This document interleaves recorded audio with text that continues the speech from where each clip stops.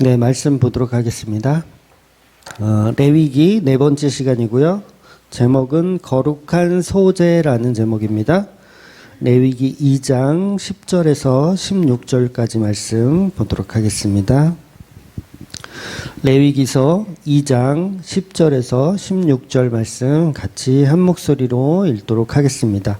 소재물에 남은 것은 아론과 그의 아들들에게 돌릴지니 이는 여호와의 화제물 중에 지극히 거룩한 것이니라. 너희가 여호와께 드리는 모든 소재물에는 누룩을 넣지 말지니 너희가 누룩이나 꿀을 여호와께 화제로 드려 사르지 못할지니라. 처음 익은 것으로는 그것을 여호와께 드릴지나 향기로운 냄새를 위하여는 제단에 올리지 말지며 내 모든 소재물에 소금을 치라. 내 하나님의 언약의 소금을 내 소재에 빼지 못할 것이니 내 모든 예물에 소금을 드릴지니라.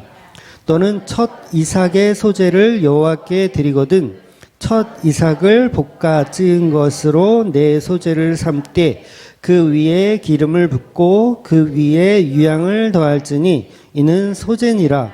제사장은 찌은 곡식과 기름을 모든 유향과 함께 기념물로 불사를 찌니 이는 여호와께 드리는 화제니라.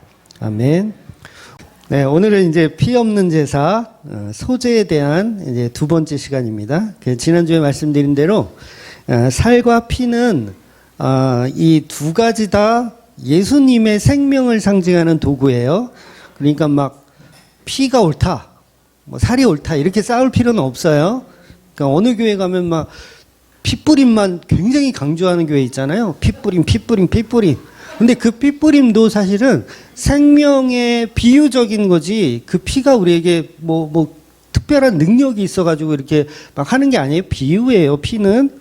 그래서 그 어떤 뭐 예수님의 피의 능력이 있다. 그 능력은 그 능력이 아닙니다. 그래서 뭐 옛날에 그 인터넷에 떠도는 거 본 적이 있는데 예수님의 그 얼굴을 덮었던 그 수건을 발견했대요. 그 피 묻은 수건. 예수님의 피 묻은 수건을 발견해서 그 수건을 DNA 조사를 해봤더니 혈액형은 A, B형이고 놀랍게도 인간의 염색체가 이제 모계와 부계를 통해서 이렇게 봤잖아요. 염색체를. 뭐 26개인가? 뭐 이렇게 봤는데 그 수건에 있는 그 DNA는 엄마 쪽에서 받은 DNA밖에 없대요. 놀랍죠? 예수님 수건이 맞네. 놀랍다. 막 그러면서 마치 그 수건에 엄청난 신비한 힘이 있는 것처럼 그 예수님의 그 피에 막 엄청난 힘이 있는 것처럼 이렇게 해놓은 그 기사 아마 지금도 유튜브 찾아보면 있을 거예요. 근데 새빨간 거짓말입니다. 그런 건 절대 속아서는 안 돼요. 예수님은 우리와 똑같은 피예요. 특별한 피가 아니에요. 우리와 똑같은 피를 가지셨고 혈액형도 뭐라 그랬어요? 제가 옛날에 말씀드린 것 같은데 예수님 혈액형 뭐예요? 자기 피하고 똑같다고 생각하면 돼. 예수님 B형이에요.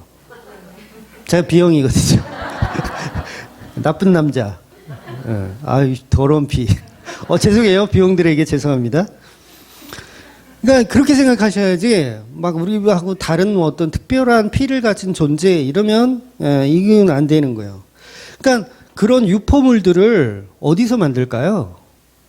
교회들이 그런 걸 만드는 거예요. 교회들이. 뭐 하려고? 전도 한번 해보겠다고. 갸륵하죠? 전도 한번 해보겠다고 막 그런 걸 조작하는 거예요. 그러니까 우리가 주장하는 내용하고 예수님 주장은 항상 다르다는 게 이제 문제죠. 우리는 어떻게 해서든지 예수님 믿게 하려고 이상한 행동들을 하는데 그게 오히려 예수님의 이 영광을 가리는 수단이 돼버린다는 거예요. 그래서 여러분 그 창조과학도요 조심해서 보셔야 돼요. 창조과학 자체가 뭐 이건 잘못됐다 뭐 이렇게 정의할 수는 없겠지만 창조과학을 통해서 이렇게 막 믿어보려고 하는 거 그 또한 너무 심취하면 오히려 복음을 훼손하게 돼요. 그러니까 특별 계시를 일반 계시가 증명해야 내는 것처럼 말하거든요. 특별 계시를 일반 계시가 증명해야 돼. 그러니까 일반 계시라는 건 과학이잖아요. 과학이 하나님의 특별 계시를 반드시 증명해야 됩니까? 그런 건 아니에요. 특별 계시는 특별 계시예요, 그냥. 이거는 과학으로도 증명이 안 돼. 물이 어떻게 포도주를 변했는지 이걸 과학적으로 증명할 필요가 있어요, 없어요? 없는 거예요. 그건 그냥 특별 계신 거예요. 물론 창조 과학이 그렇다는 건 아니에요. 그렇게 심취하다 보면 그런 쪽으로 발전하게 된단 말이에요. 어떻게든 물이 포도주를 바꾸게 하는 거를 과학적으로 막 이게 가능하다는 걸 막 마치 이렇게 막 증명해야 될 걸로 이렇게 설명하면 안 된다는 거죠. 그러니까 예를 들면 여호수아가 태양을 멈추잖아요. 그러면 어떻게 되는 거예요? 과학적으로 이거는? 여러분 세탁기에 한번 들어가 보셨어요? 저희 집에는 이제 그 짤수기가 아니라 그 뭐라 그러지? 건조기를 새로 샀는데, 새로 산 게 아니라 원래 없었는데 건조기를 샀어요. 자랑하는 거예요. 엄청 좋더라고요. 이거 막 손으로 넣을 필요도 없고 그냥 때려 넣고 딱 버튼만 누르면 1시간 있다가 그냥 뽀송뽀송하게 나와요. 그러면 막 이렇게 널고 자시고 할 게 없어서 너무 좋아. 그래서 그 세탁기에 그 옷감들이 들어가 있으면 막 유동치죠. 난리치죠. 막 난리쳐요. 여러분 지구가 멈추면 그렇게 됩니다. 지구가 멈추면 그렇게 돼요. 바다고 뭐 산이고 다 막 엉키고 나쁜 말 쓰려고 그랬어. 엉키고 막 지랄 연명을 할 거예요. 그런데 그걸 어떻게 과학적으로 증명할 거냐고요. 증명할 필요가 없어요. 하나님의 특별 계시는 지구의 이 자전도 멈추지만 지구의 원심력까지도 멈출 수 있는 특별 능력이에요. 특별 계시예요. 그러니까 그걸 막 어떻게 증명할 필요는 없는 거죠. 그러니 예수님의 피에 엄청난 신비로움이 있다 이렇게 사기를 치면 그건 그냥 그냥 애쓴다 이렇게 생각을 하셔야 된다는 거예요. 어떤 사람들은요 잃어버린 법궤를 찾으러 다녀요. 이 법궤가 어디 갔는지 모르거든요. 다윗의 그 법궤 있잖아요. 그게 역사 속에 성경에 기록하진 않아요. 어디에 지금 있는지. 지금 예루살렘 성전에 없거든요, 법궤가. 그 사람들이 그걸 찾아다녀요. 뭐 고고학자나 이런 사람들이 잃어버린 법궤를 찾아서 막 영화 같은 데도 막 인디아나 존스 이런 거 보면 막 잃어버린 성배를 찾아서 막 이렇게 찾아다니잖아요. 그 찾아서 뭐 하려고? 뭔가 신비한 힘이 거기에 있지는 않을까. 예수님을 덮었던 그 수위에 어떤 신비한 힘이 있지는 않을까. 그러니까 사람들이 그 모세가 들었던 놋뱀 있잖아요. 그것도 가져다가 뭐예요? 마치 여기에 신비한 힘이 있는 거로 착각해서 막 거기에 막 심취하는 거예요. 이런 건 다 이단이에요. 그런 존재가 아니라는 거예요. 그러니 성경 밖에 어떤 일을 뭐 예수님의 피 묻은 수건을 찾았으니까 이게 무슨 성령의 일이다. 막 이렇게 막 홍보하면 이 자체가 성경을 부정하는 행동들이라는 거예요. 성경 66권을 부정하는. 그래서 그거는 복음이 아니니까 그런 복음에 심취할 필요는 없어요. 그러니까 예수님의 피에 특별한 능력이 있는 게 아니라 예수님이 죽으신 그 죽음, 그 생명, 거기에 힘이 있는 거예요. 피나 살에 힘이 있는 게 아니라 예수님의 살 좀 뜯어먹을 거예요. 여러분? 그래서 그런 신비로움 믿는 게 아닙니다. 석가모니가 앉았던 방석. 이거 얼마에 팔릴까요? 이게 있다면? 거기 한번 앉아보려고. 얼마나 기를 쓰겠어요. 앉으면, 뭔가 좀 될 것 같고, 뭔가 병이 날 것 같고. 그런 곳에 이렇게 몰리는 게 사실 군중이에요. 군중들은 그런 데 몰려요. 그러니까 우리 교인들도 그런 데 몰려요. 막 뭐가 있다 그러면 막 영화 한 편을 봤는데 그 영화에서 뭐 예수님 얼굴이 뭐 나타났다 그러면 거기에 또 집중해가지고 막 찾아가고. 그러니까 전도할 때도 세상적인 어떤 조건으로 전도할 필요는 없어요. 그러니까 조건. 우리 교회 오면 돈 줄게. 그러니까 흔히 우리 자식들한테 그러잖아요. 교회에 오면 용돈 줄게. 이런 식으로. 근데 결코 바람직한 방법은 아니에요. 그러니까 우리 교회 오면 너 부자 될 수 있다. 너 문제 해결될 수 있다. 우리 교회 오면 너 건강해지고 너 아이들 복 받고 잘 성장할 수 있다? 물론 복 받는 건 맞죠. 복 받는 건 맞지만 그 복이 아닌 게 이제 문제라는 거죠. 우리에게 복은 예수님 믿는 것 자체가 복이에요. 그냥 굉장히 복 받은 저와 여러분인 거예요. 엄청 복 받아. 세상에서는 조금 찌질하지만 세상에서는 좀 찌질하지만 굉장한 복을 받은 분들이라는 거예요. 그래서 예수님으로부터 우리는 사랑을 받고 또 우리도 예수님을 사랑하는 그런 사이, 신부된 교회, 예수님의 신랑 되시고 그 사이, 그게 얼마나 복입니까? 그래서 예수님이 베드로를 꼬시다라는 표현을 해서 죄송합니다. 베드로가 예수님이 베드로를 꼬실 때도 뭐라고 꼬셔요? 내가 너를 사람을 낚는 어부가 되게 하겠다. 이렇게 말씀하시잖아요. 야, 나 따라오면 내가 원양어선 천주 시켜줄게. 끌리지 않나요?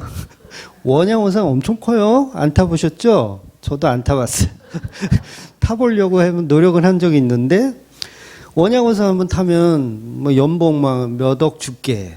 막 이러면서 예수님이 베드로를 꼬신 게 아니라 내가 153마리 하루에 153마리씩 잡게 해줄게. 이런 게 아니라 내가 너에게 그냥 율법적인 힘을 줄게. 힘을 줄게. 무거운 짐짐자들아 다 내게로 오라. 평안 줄게. 이건 세상이 전도하는 방식이 아니에요. 그러니까 성도는 다른 복음적인 자극에 부각되지 않습니다. 다른 자극, 복음이 아닌 다른 자극에 부각되지 않아요. 예수님의 신부된 교회는 반드시 그 말씀으로만 모여들게 돼 있어요. 그냥 예수님의 신부된 교회는 예수님 말씀만 하시면 뭐예요? 반응하게 되어 있어요. 그게 우리의 힘이 아니기 때문에 그래요. 우리 안에 계신 성령님이 반응하시는 거예요. 그러니까 예수님의 피는 예수님의 십자가라는 생명에 관한 상징일 뿐이지 그 피 자체에 어떤 힘이 있는 건 아니라는 거예요. 그래서 그 여호와 증인 아시죠? 여호와 증인들은 헌혈을 하지 않아요. 왜 그럴까요? 피에 뭔가 힘이 있다고 생각하는 거예요. 피에. 자기 부모가 죽어가는데도요, 헌혈을 안 해요. 놀랍죠? 헌혈을 안 해. 자기 자식이 죽어가는데도 헌혈을 안 해. 헌혈 받으면 이 부정하게 돼서 이거는 지옥 가는 인생 되니까 그냥 죽으라고 냅둬. 헌혈을 안 하고. 이게 무슨 개 풀 뜯어 먹는 소리예요. 이게 왜 그래요? 피를 뭔가 다른 형태로 이해한 거예요. 뭔가 신비로운 어떤 힘을 가진 걸로. 아니요, 피는 그냥 피예요. 죽으면 그것도 쓰레기예요. 죽으면 그것도 쓰레기예요. 그래서 피는 상징일 뿐 그 자체가 어떤 능력이 있다고 믿는 그 여호와 증인은 그냥 이단인 거예요, 말 그대로. 그래서 예수님의 피가 십자가에 뿌려졌다는 것은 예수님의 생명이 번제처럼 희생되었다는 말이고, 또 예수님의 그 살은 떡으로 표현하는 거죠. 살이 상징되어 생명으로 역시 표현되어지는 겁니다. 그 생명이 저와 여러분의 양식이 되어 주었다. 이게 예수님의 살과 피고 떡과 포도주의 개념인 거예요. 그러니까 맨날 피뿌림 이렇게 주문을 외우는 게 아니에요. 어느 교회는 계속 주문을 외워요. 피뿌림, 예스피. 안 다녀보셨어요? 그런데 예스피 이러면서 피뿌림 계속 주문을 외우는데 그 주문을 외운다고 그게 됩니까? 그 피는 그 피가 아니라는 거예요. 그래서 우리가 예수님의 살과 피는 일용할 양식이라고 우리가 표현하는 거예요. 그래서 오늘 본문에서 거룩하다 말씀하시잖아요. 거룩한 소재. 그러니까 예수님의 살과 피는 거룩한 소재인 거예요.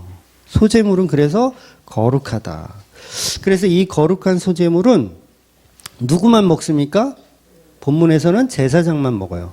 그리고 제사장과 그의 가족들만 먹는 거예요. 그러니까 일반인은 못 먹어요. 소재물을 일반인은 못 먹어요. 왜? 거룩한 제물이기 때문에. 이 말을 다시 말하면요, 성도만 예수님의 살과 피를 먹는다는 거예요. 제물로 드려진 소제물을 성도, 왕 같은 제사장인 성도들만 먹는 거예요. 세상 사람들은 못 먹어요. 왜? 거룩하기 때문에 못 먹어요. 그래서 저와 여러분요, 예수님의 살과 피인 떡과 포도주를 먹는 사람들이에요. 성도이기 때문에. 십자가에 달리신 예수님의 살과 피를 오늘도 먹는 거예요. 그 생명을 오늘도 먹는 거. 그래서 주기도문에 나오는 그 기도 있잖아요. 오늘날 우리에게 일용할 양식을 주옵시고 하는 그 주옵시고는 생명의 양식을 얘기하는 거예요.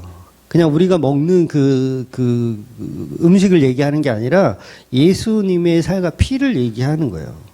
그래서 진짜 양식은 십자가에 죽은 그 아들 예수의 생명을 먹는 거예요. 그래서 하늘에 계신 우리 아버지여, 이름이 거룩히 여김 받은,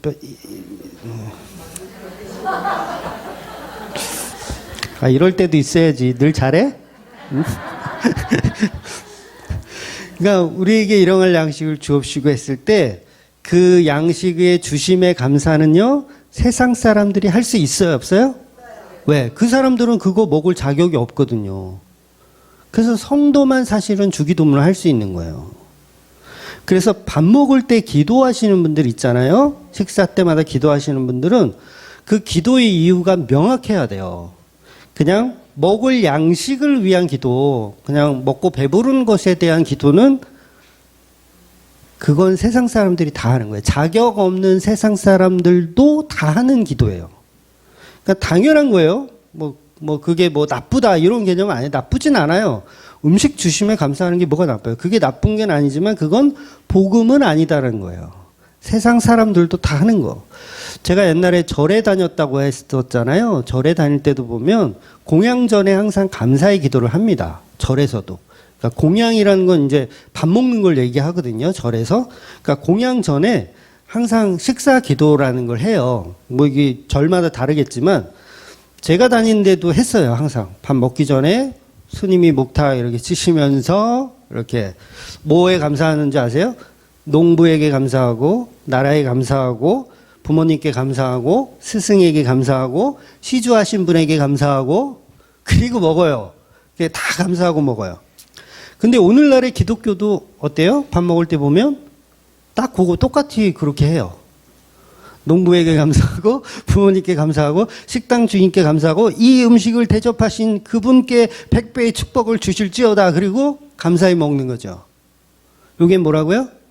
요게 거룩한 소재가 아닌 음식을 먹는 거예요. 그러니까 세상 사람들도 먹는 음식.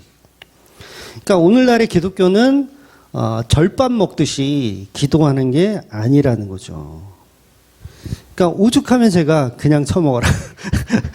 오죽하면 제가 그냥 먹어라. 라고 얘기하겠어요.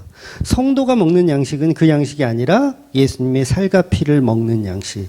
그래서 성도는 태어나서부터 평생을 먹잖아요, 음식을.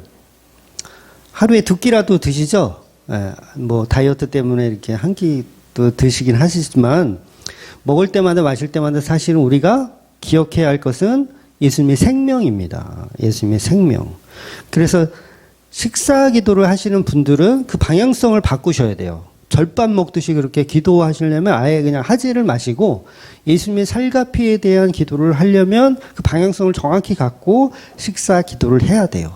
그러니까 이 음식이 나를 위해 찢기는 것처럼, 이 음식이 나를 위해 찢기잖아요. 이것처럼 예수님의 살과 피의 희생으로 내가 이걸 먹고 살아나고 있습니다. 라는 기도를 하면서 드셔야 된다는 거예요. 물론 이 또한 너무 가식적이고 너무 대중식당 가서 막 이렇게 막 하면 너무 율법적이라고 생각이 되시면 그냥 안 하고 드셔도 상관없다. 내가 말씀드린 게 개인적인 거예요. 괜히 회사 다니면서 고민하잖아요.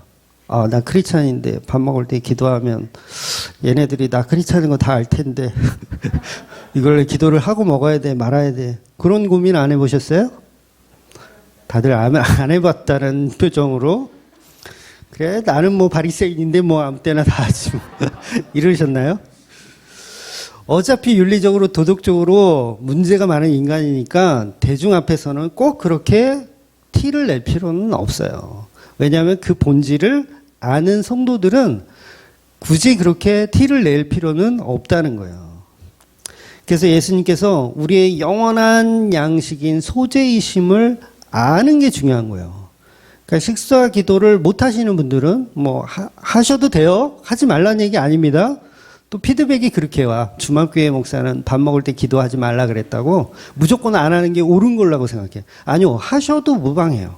그러나 그 본질을 명확하게 알고 예수님의 보혈의 은혜라는 것을 명확히 알고 식사 기도를 하시고 또 가급적이면 사람들 많은 데서 그렇게 할 필요는 없다라고 말씀드리는 거예요. 결코 인간이 하나님께 쌀보리를 막 이렇게 바쳐서 그게 본질이 아니잖아요. 그 바쳐지는 제물이 예수 그리스도임을 배우는 게 성경의 말씀들이라는 거예요. 근데 그런 걸 안 배우고 그냥 먹고 마시기에 그냥 급급해서, 예. 어느 식당 가서 옆에서, 모르는 김치싸 소주 한 잔 먹고 있는데 옆에서 막 대표 기도 막 해버리면 이게 서로 민망하잖아. 예? 그러니까 생명의 제물 되심, 생명이 제물 되심. 이 음식이 나를 위해 희생하는 것처럼 예수님의 살과 피가 찢겨지는구나. 이 마음을 보셔야 된다는 거예요. 그래서 지난주에 제가 그런 말씀 드렸잖아요. 예배 중에 졸리면 그냥 주무시라고. 예배 중에 졸리면 그냥 주무시라고. 이게 잘한 말이 아니잖아요. 아, 진짜 잘한 말로 들으셨어요? 제가 주무시라고 했던 말은 제사나 또는 예배는 우리 인간의 의지와는 상관없이 이루어지고 있다는 얘기를 하는 거예요. 그러니까 내가 자도 내가 졸아도 예배는 드려지고 있다. 그 얘기하는 거예요. 그러니까 내가 안 믿어도 십자가는 어때요? 서 있다. 그 얘기를 드린 거예요. 왜냐하면 인간이 주인공이 자꾸 되거든요. 내가 안 졸고 내가 열심히 들어야 예배가 되어진 걸로 생각해. 그게 아니에요. 십자가는 이미 서 있고 예수님의 살과 피는 이미 찢겨진 거예요. 예배는 이미 드려진 거예요. 그러니까 졸리면 주무세요.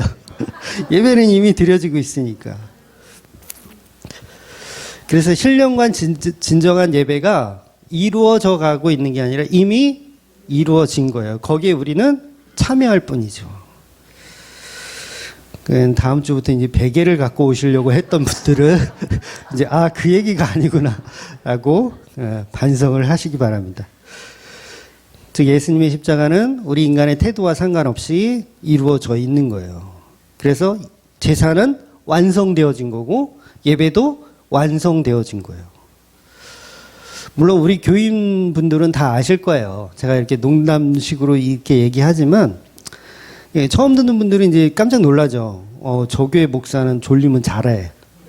와, 이상하다. 자면 막 영혼을 깨워서 듣게 해야지. 아닙니까? 막 졸고 있으면 막 혼내서라도 말씀을 듣게 해야지. 그게 목사지. 졸리면 잘해. 응? 근데 그걸 본질로 얘기하는 게 아니라 예배와 제사는 우리의 태도와는 상관없이 이미 이루어졌다는 얘기를 하는 거예요. 그래서 이 소재물 자체가 이미 이루어진 거예요. 이미 이루어졌고 이미 십자가로 완성이 됐어요. 우리의 마음 따위하고는 전혀 상관이 없다는 거죠. 그래서 오늘 본문에 보면 소재로 하나님께 제사를 드리는데 넣으라는 게 있고 또 넣지 말라는 게 있어요. 그러니까 넣으라는 걸 보면 이제 소금, 기름, 유향 있죠. 그러니까 유향은 좀 우리나라에서는 잘 쓰는 단어는 아니지만 나무에서 나는 향기로운 어떤 그런 진액 같은 거라고 이해하시면 될 것 같아요. 이게 유향이에요. 그러니까 일종의 좋은 냄새를 나게 해주는 그런 도구. 그래서 그런데 또 이거는 이제 넣으라는 얘기고 또 넣지 말라는 것이 있어요. 그게 바로 오늘 본문에 보니까 누룩하고 꿀이에요. 누룩과 꿀. 그러니까 누룩은 왜 넣지 말라고 하는 걸까? 뭐 여기에 대해서 이제 신학자들도 의견이 이렇게 분분 뭐라고 해야 되나요? 나도 완벽할 수는 없어. 단어가 생각 안 날 때도 있어. 그래서 누룩은 왜 넣지 말라고 할까? 이 신학자마다 여러 가지 사고가 있는데 저는 이렇게 봐요. 발효를 담당하기 때문이라고 봐요. 발효. 쉽게 얘기해서 부패를 시킨다라고 보는 거예요. 즉 누룩은 음식을 이렇게 발효시키는 재료이기 때문에 빵을 만들 때도 이스트를 넣어서 이제 부풀려서 맛있는 빵이 되잖아요. 그러니까 누룩의 본질은 말 그대로 본질을 다르게 바꿔주는 역할을 하는 거예요. 그러니까 물론 이제 이게 발효가 있고 부패가 있지만 발효까지는 그래도 맛있는 음식이지만 발효가 지나가면 어떻게 해요? 부패가 이게 진행되는 거예요. 그래서 고기도요, 여러분 바로 먹는 것보다 이 도살에서 바로 먹는 것보다 어느 정도 숙성을 시켜서 먹는 게 맛있어요. 왜냐하면 그건 썩은 걸 먹는 게 아니라 약간 발효를 시켜서 먹는 게 맛있는 거예요. 그래서 맛있는 고깃집은 그 딱 숙성하는 그거를 아주 정확하게 온도와 시간을 딱 맞춰가지고 딱 팔어. 근데 만약에 그 숙성의 시간이 지나잖아요? 그럼 안 팔아요, 그 고기는. 자기들이 그냥 먹지. 먹으면 먹지. 안 팔아요. 왜냐하면 맛이 달라지기 때문에 그래요. 그래서 누룩을 넣지 말라는 건 본질이 훼손되기 때문이에요. 본질이 훼손되기 때문에. 그래서 누룩을 넣으면 금방 상하게 됩니다. 제가 제일 좋아하는 우리 김포의 향제르만 이 빵집도 보면 이스트를 넣죠? 그쵸? 모든 빵에 어디 가셨어, 유주씨? 이스트를 모든 빵에 다 넣죠? 그러면 맛있어요. 근데 이게 밀가루를 그냥 퍼먹는다고 생각해 보세요. 그러신 분은 없나? 밀가루를 그냥 퍼먹으면 그것도 맛있나? 별로 맛이 없어요. 빵으로 해서 먹어야 맛있어요. 정말 고소하고 맛있죠. 그런데 그것도 이스트를 넣은 거는 기간 안에 먹어야지 기간이 지나버리면 어떻게 해요? 곰팡이가 생기고 부패가 진행되게 되어 있는 거예요. 그래서 빨리 먹어야 됩니다. 방부제가 없는 빵일수록 빨리 먹어야 맛있어요. 제가 한 말이 다 맞나요? 지사님?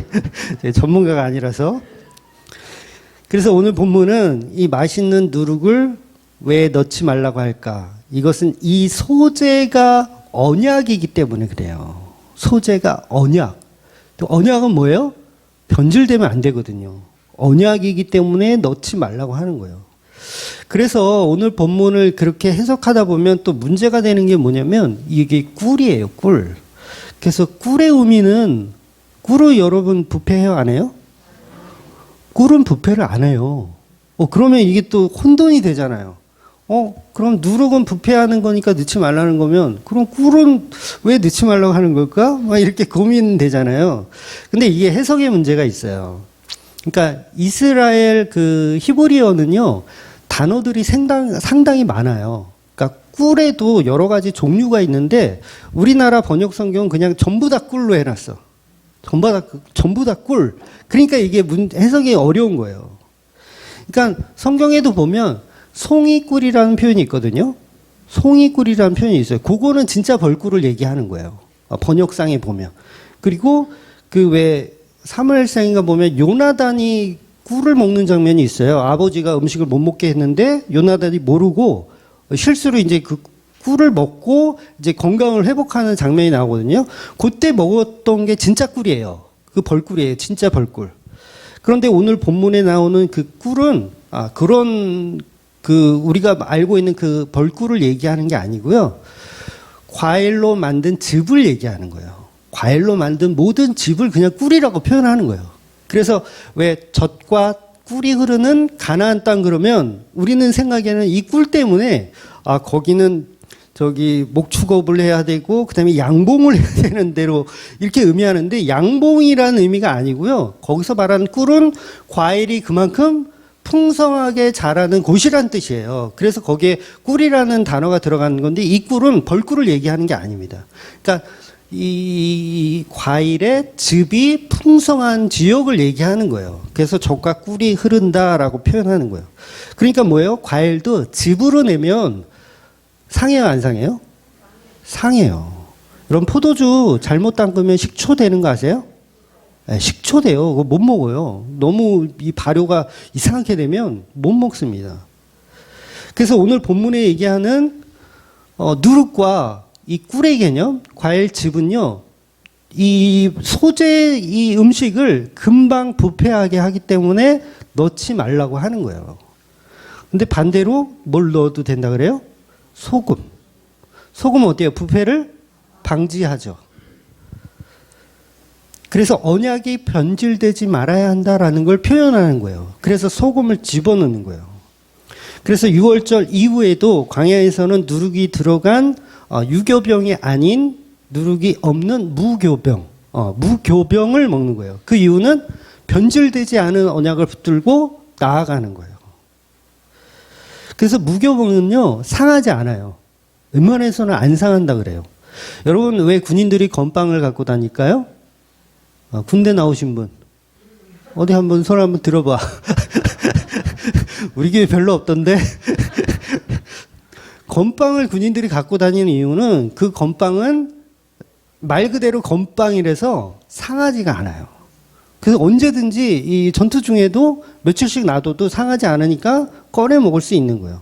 그러니까 무교병도 잘 상하지 않아요. 그러니까 누룩이 들어가지 않았기 때문에 잘 상하지 않아요. 변질되지 않는 거. 그래서 밥도 하루만 지나면 금방 쉰내가 나고 못 먹잖아요. 근데 누룽지는 며칠이 지나도 먹을 수 있어요. 누룽지는. 그래서 이 누룩이 들어가고 안 들어가고는 변질의 차이가 있다는 거죠. 그래서 13절에 보면 이제 소금은 이제 넣으라 그러죠. 그 반대의 개념인 거예요. 그리고 소금을 뭐라고 표현하냐면 언약이라고 표현해요. 그럼 이게 딱 맞아 떨어지죠. 소금은 언약이구나. 그래서 소금도요, 이게 지금 이 설명하는 게 맛을 목적으로 하는 거라면 소금도 넣어서는 안 되거든요. 왜? 소금도 짠 맛을 내잖아요. 짠 맛을 내. 근데 그 짠맛의 의미가 아니라 부패를 의미하는 거기 때문에 소금을 넣으라고 하는 거예요.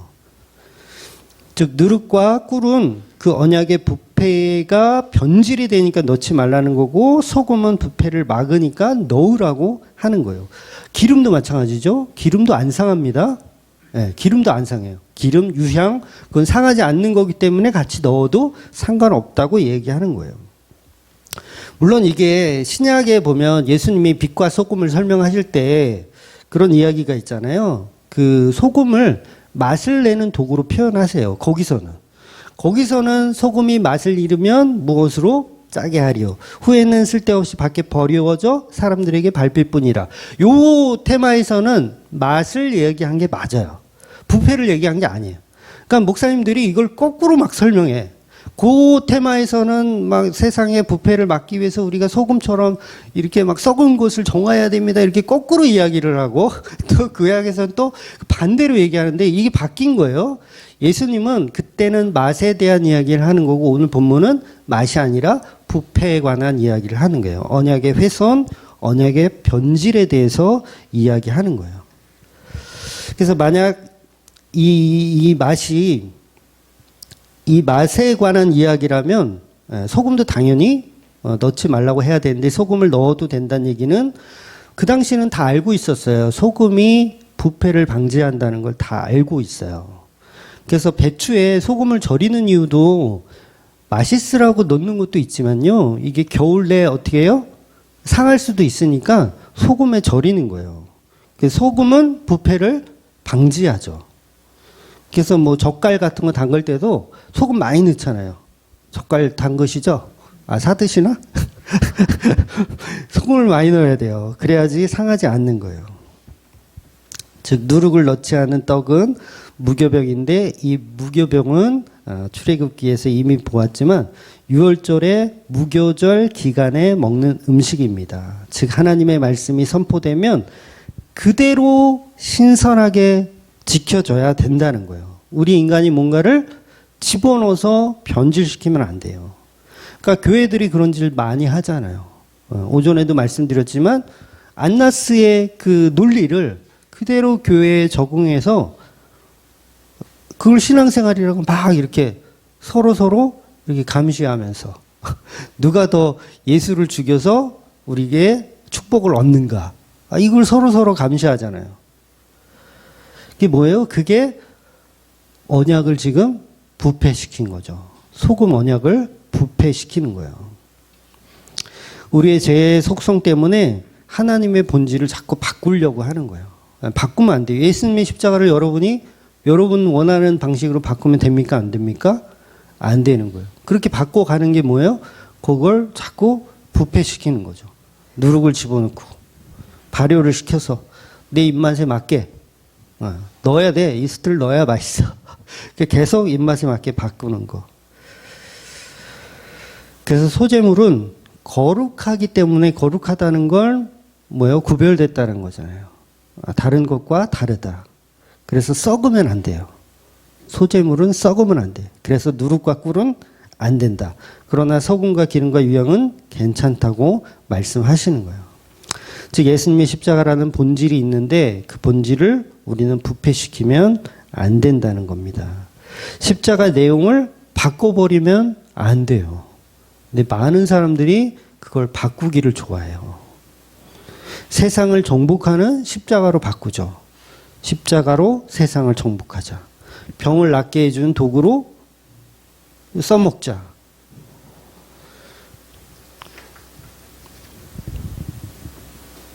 그래서 예수님도 바리새인들의 누룩을 조심하라. 헤롯의 누룩을 조심하라. 말씀하신 거예요. 그 누룩이 뭐예요? 본질이 훼손되는 것들이에요. 바리새인들이 예수님이라는 복음의 본질을 막 훼손시키죠. 그걸 누룩이라고 말씀하신 거예요. 그 누룩이 들어오면 어떻게 돼요? 우리가 썩는 거예요. 언약이 사라져요. 썩는 거예요. 그러니까 외식하는 그들은 다 부패하고 있다. 누룩이다. 그러니까 오늘날에도 우리가 얼마나 많은 누룩들이 있는지 몰라요. 물론 저와 여러분은 아니겠지라고 생각하시죠? 근데 우리 안에도 있어요. 수많은 누룩들이 예수님의 그 생명의 은혜를 자꾸 훼손시키고 있어요. 내가 만든 누룩. 그러니까 누룩은 뭐예요? 내가 먹고 싶은 떡, 내가 먹고 싶은 포도주. 우리 계속 변질시키는 거예요. 그러니까 계속 넣다 보니까 어떻게 돼요? 썩은 것도 모르고 계속 먹는 거야. 좋다고. 다 썩어서 포도주가 아니고 식초야, 이게 지금. 포도주가 아니라 식초야. 완전히 썩어가지고. 좋다고 너도 한잔 해라. 나도 한잔 할게. 그리고 돌려먹게 하는 거죠. 그래서 늘 음식은 예수 그리스도의 십자가에 그 훼손되지 않는 음식을 저와 여러분이 먹어야 돼요. 그래서 무교병만 드셔야 사실은 되는 거예요. 자꾸 뭔가를 첨가할 필요가 없는 거죠. 그래서 음식 먹을 때 여러분 조심하잖아요. 조심하시죠? 땅바닥에 떨어진 거 드십니까? 아, 드세요.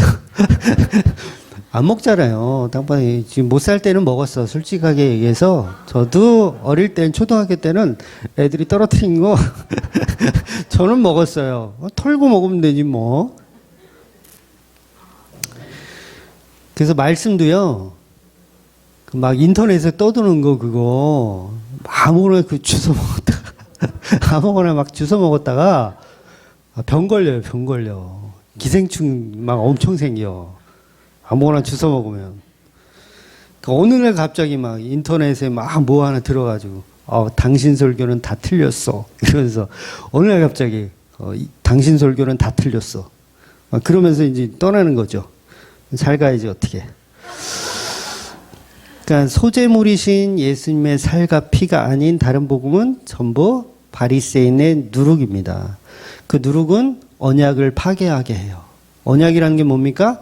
예수님이잖아요. 예수님이 이루신 십자가. 그 십자가를 파괴하게 만들어요. 누룩은. 그래서 소금을 쳐서 변질되지 않게 하는 거예요. 소금을 쳐서 변질되지 않게. 나는 예수 그리스도라는 본질의 말씀을 붙잡기를 원합니다. 이렇게 가야 한다는 거죠. 그러니 저와 여러분은 십자가에 죽은 예수님의 살과 피만 우리들이 먹어야 할 무교병이며 영원한 양식임을 믿고 사시는 저와 여러분이 되시기를 주의 이름으로 축원드리겠습니다. 아멘. 기도하겠습니다.